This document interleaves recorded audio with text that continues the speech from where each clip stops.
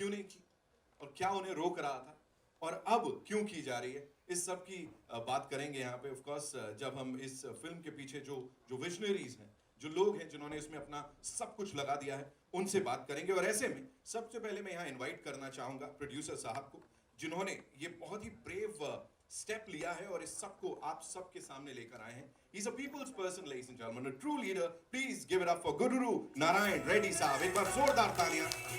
Not just a producer of this movie, but of course इतिहास को आप सबके सामने लेकर आ रहे हैं, हमें बता रहे हैं इसके बारे में। वेलकम सर, बहुत बहुत स्वागत है आपका। Thank you sir. अभी मुंबई मीडिया से, ऑफ कोर्स महाराष्ट्र से बड़े सारे लोग हैं यहाँ पे, उनसे मुखातिब हो रहे हैं, आप क्या कहना चाहेंगे सबसे पहले? मैं तो सबसे पहले as a producer I want everybody to go and watch this movie because as our anchor said that untold history के पीछे कितने तकलीफें उठाए हैं उस जमाने के हैदराबाद प्रोविंस के लोग, वो आज का पूरा तेलंगाना है और 5 districts of Maharashtra and 3 districts of Karnataka. So कोई राजा अपना इतिहास में, मतलब जब से मानव पैदा हुआ उस जमाने से लेके आज तक, कोई भी हेड ऑफ द स्टेट और कोई राजा महाराजा कोई भी, या कोई when you can say even the worst guy also has not inflicted injuries which cannot be cured at any time. कोई किसी से भी धोए तो, even if you wash with a nectar, those sins cannot be washed. Those were the sins committed by the last Nizam of Hyderabad, Mir Usman Ali Pasha, and his private army called Razakar. 76 साल हुए ये सब हादसे होके। ये हादसा नहीं बोलते, ये मेहम बोल सकते हैं, जेनोसाइड बोल सकते हैं। जहाँ पे उस राजा ने वो उसका गद्दी को संभालने के लिए उसको हैदराबाद निकाल के उसको तुर्किस्तान बना के पाकिस्तान के साथ जोड़ने का जो सपने देखा, वो सपने के वजह से सब लोगों को, हिंदू मेजॉरिटी हिंदू को इस्लाम में कन्वर्ट करने का कोशिश किया। जो भी कन्वर्ट नहीं हुए उनको मार दिया गया, औरत को रेप कर दिया गया और उनके प्रॉपर्टी को भी सीज जब्त करा दिया गया। इतने सारे हादसे हुए, सो क्यों नहीं निकाले आज तक, क्यों नहीं निकाले? डेलिकेट मैटर है। डेलिकेट मैटर चंद लोगों के लिए होगा, लाख के लिए होगा, करोड़ के लिए होगा, लेकिन इस भारत का बच्चा है गुडूर नारायण रेड्डी के लिए डेलिकेट नहीं है। क्या बात? ये मैं कर्तव्य समझ के मैं इस सिनेमा को प्रोड्यूस किया, क्योंकि इतिहास को सामने लोगों के सामने लेके आना है। फिर ऐसे इतने, मतलब कुछ भी कितना भी बुरा नाम दे इन रजाकारों को, वो नाम सबसे worst name in the universe आने वाले दिनों में या 100 दिनों में वो दे सकते तो दे सकते, क्योंकि ऐसे फिर पैदा नहीं होना। ऐसा जो भी ग्रुप या what ever it is you can say, ये फिर ऐसा इस देश में पैदा नहीं होना, ताकि अपने बच्चे, अपने पोते पोतियां जो भी है, आने वाले पीढ़ियां शांति से जी सके। क्योंकि एक तरफ से बोलते हैं अपन गंगा जमुना तहजीब से जिएंगे, जरूर जिएंगे हम। बहुत जितने भी लोग इस देश में हैं, 142 करोड़ लोग, सब गंगा जमुना तहजीब से जिएंगे। सब हम भारत माता के बच्चे पहले, उसके बाद में बायोलॉजिकली अपने पेरेंट्स के बच्चे हैं। जो भी आदमी इस धरती पे पैदा होता, भारत मेरा माता है, वंदे मातरम बोलना जिम्मेदारी है मेरी फर्ज है बोल के जब समझते हुए आगे बढ़ेंगे, यही मैसेज मैं लोगों को देना चाहा। क्योंकि आज का जमाने का जो है 142 करोड़ का पॉपुलेशन में, इसमें कम से कम 100 करोड़ पॉपुलेशन अपना देश में है। उसके लिए youngest country in the universe बोलते हैं, वो 18 साल से 35 साल से उम्र में है, वो 100 करोड़ लोग। उनको जानकारी लाने का जिम्मेदारी मुझे लॉर्ड बालाजी ने मुझे दिया है, क्योंकि मैं उनका दर्शन करने के लिए जिस दिन 27 जनवरी 2022 के दिन मैं गया था, वहीं पे मुझे ये इंट्यूशन वेरी स्ट्रांगली आया जैसा ही वो फ्लाइट लैंड होते। मैं आप पूछेंगे ऐसा एकदम ऐसा आते ही होता क्या? नहीं। तेलंगाना में जो जितने भी मेहम, जितने भी हिंसात्मक घटनाएं हुए हैं 176 साल पहले, वो हम बचपन से सुनते हुए आ रहे, देखते हुए आ रहे। We can see the dilapidated burj, dilapidated bungalows or blasted bridges and blasted government properties। ये पूरे चीज हम बचपन से देखते हुए आ रहे। तो एक दिन था वो 27 जनवरी 2022 के दिन स्ट्रांगली मैं दर्शन के लिए गए सो टाइम पे जो दिमाग में आया उस सेकंड से आज तक इसी सब्जेक्ट पे है, क्योंकि भारत में जितने भी है मेजॉरिटी लोगों को ये सिनेमा बताना है कैसा भी, और देखने के लिए मैं आपके ही जरिया मैं आपसे गुजारिश करता हूं कि इसको जितना प्रचार कर सके, जितने लोगों के पास में लेके जा सकते लेके जाइए। धन्यवाद। Thank you so much sir. आपने जैसे कहा एक छोटा सा सवाल, आपने कहा आपने इसको अपना कर्तव्य समझा, लेकिन जब आपने इच्छा जताई होगी that you want to make this film, you want to produce this film, उस वक्त क्वेश्चंस उठे थे? बिकॉज जैसा मैंने कहा बस बहुत है, at the same time noise भी बहुत है सर। तो ये सिनेमा जैसा ही हम कंसीव किए, नाम और stories, when we started shooting we have never declared, because you know again it is a delicate matter. So because we are living in such a place and where majority of अपने भाइयाँ अलग अलग मजहब के लोग हैं, हम किसी को भी दिल में मतलब दर्द या तकलीफ नहीं पहुंचाना, अरे क्या कर रहे क्या कर रहे, we want to give it as a surprise. But जैसा ही इंटेलिजेंस सोर्सेस के जरिया लीक हुआ गवर्नमेंट को, क्योंकि एक दो लोग हमारे भी जो बाहर थोड़ा मैसेज बाहर गया, तो वो जो सत्ते में थे हमारा एक गंदा प्राइम चीफ मिनिस्टर था KCR बोल के, सबसे वो भी रजाकार का बच्चा है, तो रजाकार का लिविंग पर्सन है वो, उसके लिए उसको लोगों ने उसको भिजा दिया उसके ज़िंदगी में, और अभी कभी कुछ भी नहीं बन सकता जो भी है वो, और उससे डाउन ही होता।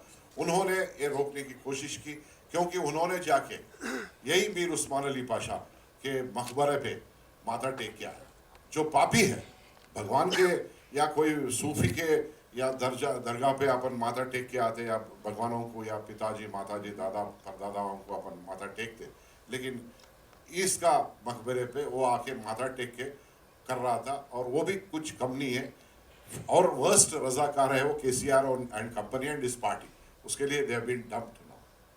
Thank you sir for They sharing have all given this. all kinds of trouble to us, every kind of trouble. You know, threatening the technical people, threatening the studio, threatening so many aspects, and they took me to court. They petitioned CBFC. They asked the communist people also to go and petition. A lot of things have happened, which I have silently, controlled everything, and I have taken care of all that. हम सितंबर 2023 में ही इस cinema को release करना चाहे, लेकिन आज अप्रैल 26 तारीख हो गया ऑल इंडिया रिलीज करने के लिए। बाकी 4 लैंग्वेजेस में तो रिलीज किए, बहुत अच्छा रिस्पॉन्स है। कोई भी सिनेमा पहले starting from teaser to trailer to cinema कोई भी देखे तो गूज बम्स पक्का है, एंड इसमें रियलिटी है। ये हाई क्वालिटी सिनेमा निकाले हैं, ऐसा नहीं कि ये कोई एपिक मतलब बड़े बड़े हीरो हीरोइन को नहीं लिए, लेकिन ये कोई बड़े से कम नहीं है। और हमारा डायरेक्टर भी बहुत ही काम अच्छा किया, और जब उन्होंने ये प्रोडक्ट को स्टार्ट किया वो 16 करोड़ बोला, मैं बोला 20 तक रेडी था, फिर 25 तक रेडी हो गया, क्योंकि we have to create 1947 and 48, then it went to 51 crores, so it is no less a picture than या बाहुबली या ऐसा पिक्चर, क्योंकि you have got the each and every micro thing also. मतलब जूते को भी मैं बहुत ही इंपॉर्टेंस दिया, ब्रिटिशर जूता पहनता तो उसके ऊपर गंदा नहीं रहना, एकदम ब्राइट शाइनिंग होना है।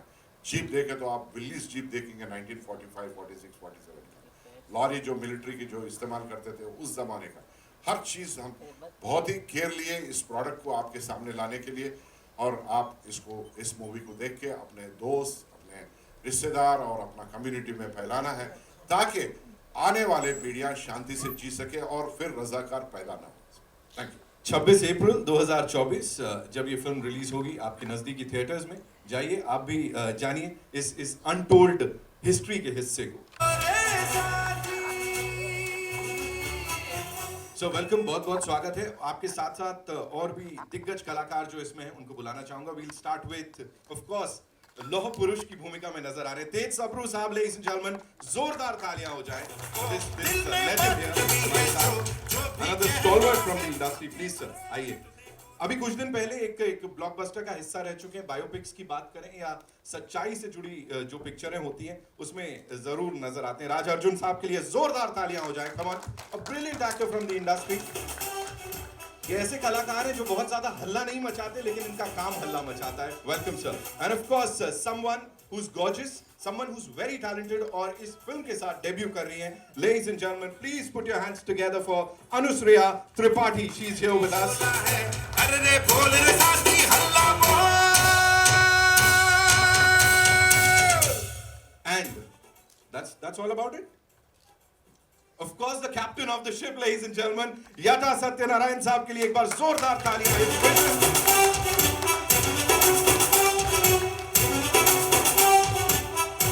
Welcome, sir. Welcome. And congratulations to the entire team. बहुत सारे सवाल हैं. Makaran sir, I'll start with you. You know, first of all, the way you've aced this character that you're playing. So, कितना ऐसा गुस्सा चल रहा था अंदर, क्या चल रहा था बताइए. क्या है, सबसे पहले तो good morning, good afternoon, whatever it is, but a day to remember, because Hindi में जब कोई फिल्म रिलीज होती है मराठी में, तो हम अपनी बात कह सकते हैं, हमारी मदर टंग है, हम लिखते हैं इंडियन पासपोर्ट पर नेशनैलिटी, लेकिन अचानक से पता चलता है कि हमें इंडिया के बारे में क्या पता है. और जब मुझसे कहा गया, क्योंकि हमने देखा है गांधी जी पे बनी फिल्म, बेन किंग्सले बनी, फिर नसीरुद्दीन शाह ने हे राम में काम किया, सुभाष चंद्र बोस जी पर फिल्म बनी, लेकिन एक ऐसा पन्ना जो इतिहास में काले रंग से लिखा गया और जिसके बारे में उतनी मालूमात नहीं है. फिर मुझे जब बताया गया कि आपको इतिहास का किरदार करना है, तो नितिन क्या बात होती है कि इतिहास का किरदार कोई भी करना जाए, आप अचानक से एक जिम्मेदारी आती है कि आप उसके बारे में जानना शुरू कर देते हो. और कमाल की बात यह है कि बहुत ही लिखा पढ़ा आदमी, मीर उस्मान अली खान बहुत ही मतलब साहित्य प्रेमी था, शेर व शायरी करता था, और दुनिया का सबसे अमीर आदमी, मतलब टाइम मैगजीन पे उनकी तस्वीर छपी हुई थी 1937 में, लेकिन दुनिया का सबसे कंजूस आदमी भी था. तो मतलब कमाल की बात यह है कि कोई भी अंग्रेज या फ्रेंच आदमी या अमेरिकन आदमी मिलने आता था, सिगरेट ऑफर करता था, पूरा सिगरेट का पाकिट ही उनसे ले लेता था, बक्सा ही ले लेता था. मज़ेदार बात यह है कि ऐसे आदमी ने, जो कि लिखा पढ़ा आदमी है, क्या हो गया कि अचानक से जो कहता था एक आंख मेरी हिंदू की, एक आंख मुसलमान की है, फिर वो अचानक से धर्म के कारण, फिर बात समझ में आई जितना हमने थोड़ा सा रिसर्च किया, कि जब वो अंग्रेज़ों के साथ वफादार ज़्यादा रहा, अंग्रेज़ों ने हमेशा से उनको एक हाइनेस करके भी एक दिया था, उनको नाम दिया था, और वो आदमी चाह ही रहा था कि जब आज़ाद हो जाए हमारा मुल्क, तब वो हैदराबाद को अलग कर ले, उसको तुर्किस्तान बना ले, वो अलग ही करना चाह रहा था. ये भीतर की बात बहुत कम लोग जानते हैं.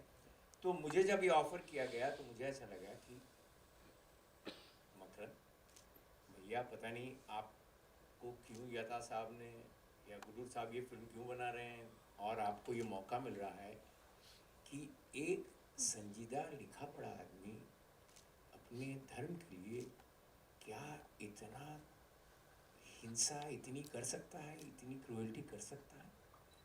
और खैर फिर उसके बाद जो काम किया गया वो यही था कि एक हिंसा वाला आदमी कितना मतलब आपने देखे होंगे 2 शॉट कि जिसकी आँखों में अचानक से जब आप धुआं छोड़ते हो, तो धुएं में भी ऐसा लगे कि बारूद छोड़ रहा है, वो कोई एक जहर है जो डाल रहा है. तो मैं ये बात ज़रूर कहूँगा कि एज एन एक्टर अचानक से मुझे मेरे अंदर का एक, हर एक के भीतर एक क्रूएल आदमी होगा ज़रूर, तो मेरे अंदर का क्रूएल आदमी निकल गया है ये किरदार करके, ये मैं कहना चाहूँगा. पहले ही शॉट में सर जब वो ऐसे आप धुआं छोड़ रहे हो ना, सच में वो दिख रही है नफरत. पर एक बात बताऊं, इसमें मेरा मज़ेदार एंट्री दी है इन्होंने कि इतना दुनिया का सबसे अमीर आदमी है, उनके एक रस्म होती थी हर निज़ाम में कि एक सोने का सिक्का उनको दिया जाता था, उसे छूते थे वापस लौटा देते थे, लेकिन ये आदमी रख लेता था, ये 7वां जो निज़ाम था, ये कंजूस था, ये रख देता था. तो एक ऐसा सिक्का गिर जाता है और वो सिक्का मिल नहीं रहा है, तो इन्होंने एंट्री वो रखी है कि वो अपने नीचे झुककर ढूंढता है और उसे अपनी लकड़ी से ढूंढ कर लाता है, और वो किस्सा ढूंढ कर रखता है अपने वापस पॉकेट में. और एक मज़ेदार बात ये थी कि उसके पास जेकब हीरा था, जो हीरा कहते हैं कि बहुत ही 7 एक हीरे होंगे दुनिया भर में, तो वो उनके पास था. तो हम सोच रहे थे उसका क्या करें, मतलब थोड़ा सा हम जो क्रिएटिव लिबर्टी लेते हैं, वो उसका पेपर वेट की तरह इस्तेमाल करते थे, माइंड यू, पेपर वेट की तरह इस्तेमाल करते थे. तो हमने उसके हाथ में जो लकड़ी दी थी स्टाफ, उसके ऊपर वो लगा दिया था, और उससे वो अपनी खुजली करता है, अपने पैर में जब खुजली होती है उससे खुजलाता है. तो वो सब करते हुए ऐसा लगा मुझे कि पता नहीं यार, एक एक्टर होना कितना इम्पोर्टेंट है कि अचानक से आप इतिहास में उतर कर आप वो किरदार निभाते हो। मैं अपने आप को थोड़ा सा भाग्यशाली समझूंगा कि मैं इस फिल्म का हिस्सा हूँ, और मैं इनके लिए ज़रूर ये कहना चाहूँगा कि हम हमेशा देखते हैं कि बड़े स्टार्स आते हैं और उसका बजट 100 करोड़ 200 करोड़, और फिर वो बड़ा स्टार होता है वही 100 करोड़ ले जाता है, इसलिए फिल्म 150 करोड़ की 200 करोड़ की होती है। लेकिन इस फिल्म को 50 करोड़ की बनाना, इसका मतलब है इनका कन्विक्शन कितना है बनाने वाले का भी, कि हम एक्टर चाहते हैं जो किरदार में दिखें कि ये निज़ाम लगे, इसलिए इसे कास्ट किया गया है। तो तहे दिल से मैं इन दोनों का शुक्रिया अदा करूँगा कि आपने ये फिल्म बनाई और मैं इसका हिस्सा हूँ। धन्यवाद sir, thank you so much. Moving on to लौह पुरुष, श्री सरदार वल्लभ भाई पटेल का इतना खूबसूरत किरदार जो यहाँ पे निभाया है। तेज सर प्लीज मुझे बताइए सबसे पहले कि लौह पुरुष के बारे में और क्या क्या पता लगा, बिकॉज यहाँ कई चीजें पता लग रही हैं आपकी रिसर्च में। What all did you get to know about him? नमस्कार आप सब लोगों को। मैं जब मुझे बुलाया गया हैदराबाद लुक टेस्ट के लिए, वैसे मेरी पहली फिल्म सुरक्षा लगी थी 1979 में एज अ लीडिंग मैन। 3-4 फिल्में करके मैं ऑन द लीडिंग साइड, फिर मैंने नेगेटिव रोल्स करना शुरू किया था, फिर बाद में कैरेक्टर रोल्स किए। तो जब मुझे इस रोल के लिए बुलाया गया तो 3 बार मेरे लुक टेस्ट हुए, और अल्टीमेटली रेड्डी साहब और यट्टा साहब ने फाइनल किया मुझे। 3 look test, lot of prosthetics, तो और मुझे एक्सप्लेन किया गया ये रोल। वैसे मैंने ग्रेजुएशन हिस्ट्री में की थी अपने कॉलेज एल्फिंस्टन से, तो एक ढांचा सा था। एंड सरदार साहब हैज़ बीन माई आइडल। बहुतों के अलग अलग हैं, किसी का गांधी जी हैं, किसी के नेहरू जी हैं, किसी के सुभाष चंद्र बोस हैं, लेकिन मेरे आइडल यही थे। और जब मुझे उनका रोल निभाने का सिल्वर स्क्रीन पर मौका मिला तो आई थिंक मेरे लिए इससे बड़ी गर्व की बात और कुछ नहीं है। 46 years, over 300 films, the only actor to do 13 languages, इतना मैंने किया हुआ है। लेकिन मैं आपको ये बता दूं कि ये रोल जो है ये मेरा लाइफ का one of the best roles है। ये आप जब देखेंगे तो शायद मैं बताएंगे कि मैंने कैसा किया है। And I hope convinced you कि एक नेगेटिव एक्टर जो है रोल्स करने वाला, उसने पॉजिटिव कैसे किया है। एक छोटा सा आपको इंसिडेंट बता दूं कि प्राण साहब जो थे वो, मतलब जब से मैंने कदम रखे इंडस्ट्री में, मेरे फादर थे, उनके जैसा कोई विलन उस दौर में नहीं था। लोगों ने अपने बच्चों का नाम प्राण नहीं रखा कभी, तो इतनी दहशत थी उनके नाम से। लेकिन एक फिल्म, सिर्फ एक फिल्म, मलंग बाबा उपकार, मनोज जी ने उनको पॉजिटिव रोल में लिया, और उसके बाद हिस्ट्री है। उसके बाद प्राण साहब ने सिर्फ पॉजिटिव रोल्स किए हैं। तो मेरे लिए ये हिस्ट्री वैसे भी है, और आई थिंक इसके बाद again it will be repeated. Thank you so much. Thank you so much sir. Raj I come to you and ये मेरा सवाल आपके लिए है, बिकॉज जितने शांत आप ऐसे हैं और जब आप स्क्रीन पे दिखते हैं, इसकी बात करूं या अभी आपने हाल ही में एक और बहुत बड़ी ब्लॉकबस्टर दी है, सो वो बिल्कुल अलग चले जाते हैं। You know when you playing a negative character, वो खुद को कितना असर करता है, बिकॉज एज सर ने भी यहाँ पे अभी बताया, वो Razakar is like you know hit कर रहे हैं, हम सबको हिट कर रहा है। फॉर यू इमोशनली कितना चैलेंजिंग है? Thank you very much for this nice introduction and all. आप सभी को मेरा नमस्कार। ये बिल्कुल सही कहा आपने, इमोशनली बहुत हिट करता है। हम एक जर्नी से जब एक ख़त्म होने को आती है वो, तो एक वैक्यूम सा आ जाता है, क्योंकि ये एक्टिंग प्रोसेस ही ऐसे ही है कि आपको साइकोलॉजिकली उस परचम तक पहुंचना होता है, नहीं तो वो कन्विक्शन आएगा ही नहीं। अब मैं बॉडी लैंग्वेज ले आऊँगा, मैं जेस्चर ले आऊँगा, मैं स्पीच ले आऊँगा, मैं डिक्शन पे ठीक काम कर लूँगा, लेकिन अगर मैं उसमें सोलली उतरूँगा नहीं तो वो कन्विक्शन बाहर भी नहीं पहुँचेगा, और उसको पहुँचने में अपने आप को तकलीफ में तो डालना ही पड़ता है। बट ये चुनाव मेरा ही है और मुझे इसमें बहुत सुकून मिलता है, बहुत। मुझे हर बार जब भी मैं कोई इस तरह का काम करता हूँ तो मुझे लगता है कि जीवन जो है सार्थक हो रहा है। जिस तरह का सिनेमा मैं करना चाहता हूँ, जिस तरह की एनर्जी मैं भेजता हूँ, मैं बार बार यही विश करता हूँ कि मुझे टफ से टफ रोल जो है वो किसी तरीके से पहुँचे। और वो पता नहीं क्या होता है कि कुछ दिनों के बाद मेरे पास इतने ख़तरनाक रोल आते हैं और मुझे लगता है कि वापस एक लड़ाई, वापस एक चैलेंज मुझे जो है रिसीव करना है। तो तकलीफ़ का दौर तो तब भी रहता है कि जब उस रोल की तैयारी करनी हो, और जब वो चला जाता है तो आप न मैं एक्टर हूँ और न मैं वो किरदार हूँ, तो वो भी तकलीफ़ का दौर रहता है। अनटिल अनलेस कि इमीडिएटली आपके पास कोई प्रोजेक्ट हो। मेरी कोशिश रहती है एक टाइम पे एक ही काम करूँ ताकि मैं उसमें जान लगा पाऊँ। तो ये है, लेकिन उसका एक अपना मज़ा भी है। वो बहुत सुकून दे जाता है और वो इतनी ताकत दे जाता है कि आप आने वाले कुछ महीनों में आप वापस एक चुनाव करते हो कि अब क्या और अब कौन सी फिल्म। तो मेरे लिए यही एक खुराक है। अब इस फिल्म की अगर बात करें तो मैं आपको सच में ऑनेस्टी से बताऊं कि मुझे नहीं मालूम था। रज़ाकारों के बारे में नहीं मालूम था, कासिम रिजवी के बारे में जो कैरेक्टर मैं कर रहा हूँ उसके बारे में नहीं पता था, हैदराबाद में ऐसा हुआ है 1946 टू 48 के इरा में, ये भी नहीं पता था। बट जैसे कि कोई भी सेंसिबल एक्टर करता है, जैसे ही उसे कोई रोल ऑफर होता है वो उस पर काम करना शुरू करता है। तो मैंने भी वही किया, यूट्यूब, गूगल, किताबें, जितना मटेरियल अवेलेबल था, डायरेक्टर सर से बात की, प्रोड्यूसर सर से बात की, जितना बाहर से मैं इकट्ठा कर सकता था किया। और उसके बाद वो जो एक इंटरनल जर्नी आपकी शुरू होती है वो किया। और ज़्यादा जैसे कि मैं कोशिश नहीं करता हूँ बनने की, वो होने लगता है। बस ये है कि आप उतनी ईमानदारी डाल दो उसमें, दिन रात सोते जागते खाते पीते बस उस कैरेक्टर के बारे में सोचो, तो अपने आप बॉडी लैंग्वेज, जेस्चर, पोस्चर सब आ जाता है, सब आ जाता है। और इसी ज़िंदगी का एक एक्टर को बहुत मज़ा आता है और मैं उसी मज़े को ले रहा हूँ अभी। और इस फिल्म के बारे में मैं आपको कहूँ, मैं ऑनेस्टली बोल रहा हूँ कि मैंने, जैसे कि हमने बहुत सारी बड़ी तेलुगु फिल्में देखी हैं और तेलुगु सिनेमा जो है वो कुछ ऐसी बड़ी बड़ी फिल्में हैं जैसे बाहुबली, पुष्पा, RRR, स्वाहो, सोहो, एंड ये सारी फिल्मों के लिए जाना जाता है। तो मैं आपको ये यकीन दिलाना चाहता हूँ कि इसका जो लेवल है ना वो उसी तरह की फिल्म का है। मतलब तेलुगु इंडस्ट्री की या तेलुगु सिनेमा की जब जब बात होगी ना तो उसमें रज़ाकार का नाम ज़रूर लिया जाएगा, ज़रूर लिया जाएगा। ये मेरा वादा है आपसे। तो मैं सिर्फ यही गुजारिश करूँगा आपसे कि प्लीज़ ये फिल्म आप जब देखें तो अगर आपको अच्छी लगे तो आप ट्विटर पे, इंस्टाग्राम पे, फेसबुक पे उस पर लिखना शुरू करें। और ताकि हमारे डायरेक्टर हैं या फर्स्ट टाइम डायरेक्टर हैं, फर्स्ट टाइम प्रोड्यूसर हैं, और उनका मनोबल बढ़ेगा। क्या होता है कि इंडस्ट्री में जब कोई एक कदम रखता है और वो फिल्म, वो काम अगर अप्रिशिएट किया जाए, पसंद किया जाए, तो सिनेमा की फैमिली हमारी बढ़ती है। तो एक नया डायरेक्टर, एक नया प्रोड्यूसर पैदा होता है, बहुत सारे नए एक्टर्स काम करना शुरू करते हैं, तो बहुत सारी एक बड़ी हमारी फैमिली बढ़ती जाती है। तो आप लोगों को देता हूँ मैं ये जिम्मेदारी। Thank you, thank you.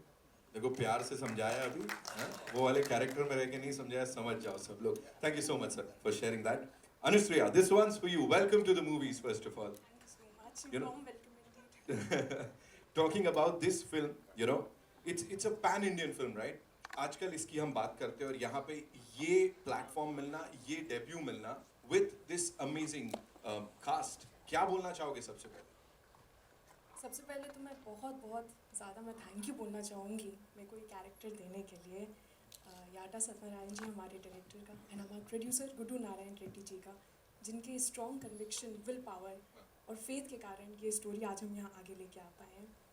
2 साल पहले जब इन्होंने ये स्टोरी मुझे पता चली तो आई फेल्ट सैड कि कैसे being an academically inclined student मुझे इस सब्जेक्ट के बारे में नहीं पता था, और मुझे स्टोरी देख के समझ में आ गया कि this movie is going to create history, and इसमें पार्ट मिलना means we are going to create history. So that is why I was very excited, really looking forward to it. And one small thing I want to share specially to the youth of the nation, हमें नहीं पता है सरदार वल्लभ भाई पटेल के बारे में इतना, और हमारी पूरी टीम, हम कल स्टैचू ऑफ यूनिटी गए अपनी श्रद्धांजलि देने के लिए सरदार पटेल जी को। तो वहाँ पे गाइड ने एक छोटी सी बात बोली कि ये जो मटेरियल बना है पटेल जी का 112 meter tall it stands, that is going to last for at least 1000 years तक डैमेज नहीं होगा। What is the significance of it कि 1000 साल तक वो टॉल खड़े रहे। तो आप ये मूवी देखिए तो आपको फिर समझ में आएगा क्यों आगे की 10 सेंचुरीज तक मेरे बच्चे, हमारे आगे कितने जनरेशन तक सरदार वल्लभ भाई पटेल को याद रखें, क्योंकि सरदार वल्लभ भाई पटेल हैदराबाद को दिल बोलते थे, हार्ट बोलते थे हमारे भारत का, एंड ही मेड श्योर कि वो दिल का टुकड़ा ना टूट जाए। बस thank you so much. Thank you so much. इससे पहले मैं डायरेक्टर साहब से बात करूं, ये बनता है सवाल सर के साथ वो केमिस्ट्री कैसी रही स्क्रीन पे, और क्या सीखने को मिला और क्या नहीं सीखा। बिल्कुल what was that one thing Makarand sir के बारे में जो ये है कि नहीं मेरे को ये नहीं, बस ये नहीं सीखना। मैं इतना बता दूं कि वो आ गई और मुझे अचानक से लगा कि कुछ ज़्यादा ही खूबसूरत कोई तो आपके साथ आ गया, और मुझे ऐसा लगा कि यार किरदार में रहूं, इससे ज़्यादा कुछ नहीं हो सकता। सही बात है, कभी कभी क्या हो जाता है, आप नहीं एक बहुत खूबसूरत सी चीज़ आपके घर ले आ जाते हो और फिर उसको मैच करने के चक्कर में कपड़े पहनना शुरू कर देते हो। तो ये जब आ गई सेट पर तो ऐसा लगा, पीछे बैठी हुई थी, कैमरामैन भी मुझसे ध्यान हट गया, उसका ध्यान थोड़ा इनकी तरफ हुआ, तो मतलब मेकअप वाले हो, कॉस्ट्यूम वाले हो, सब कुछ अचानक से हमें भी लगा कि ये पूरी ऐसी फिल्म में, इंटेंस फिल्म में एक खूबसूरत लड़की आ गई तो क्या होगा। Anyway, but I must say she was present, she was confident, she added to the scenes which अचानक से आपको एक कहते हैं ना कि एक महक भी चाहिए होती है, फूल की महक भी चाहिए होती है फिल्म में, where we are seeing the bloodshed, and she was the one. मेरे लिए तो यस, मेरी ट्रेनिंग स्टार्ट हुई 3-4 मंथ्स के लिए। जो मेरे ट्रेनर थे, जो एक्टिंग के गुरु जी थे, जिन्होंने सिखाया, उनका शुरू से ही था कि आपको मकरन जी के साथ अपना स्क्रीन शेयर करना है। सो आपके कारण स्क्रीन प्रेजेंस उनका नहीं ख़राब होना चाहिए। तो वो मोटिवेशन बहुत स्ट्रॉन्ग था कि he is one of the most legendary actors in our generation, और उनके साथ स्क्रीन शेयर करना मेरे लिए बहुत बड़ी सौभाग्य की बात थी। And finally he made me so comfortable on screen. मुझे इतना डर लग रहा था इनके साथ, लेकिन पूरे टाइम छोटी छोटी टिप्स देना, तो आप बहुत कुछ सीखते हैं जब फाइनली आप एक इतने बड़े एक्टर, और not just one, all 3 actors I have seen on screen, मतलब लोकेशन में भी कैसे परफॉर्म कर रहे हैं, उनको देखना, उनसे बहुत चीज़ें सीख के ये मेरा सौभाग्य था। बस थैंक यू सो मच।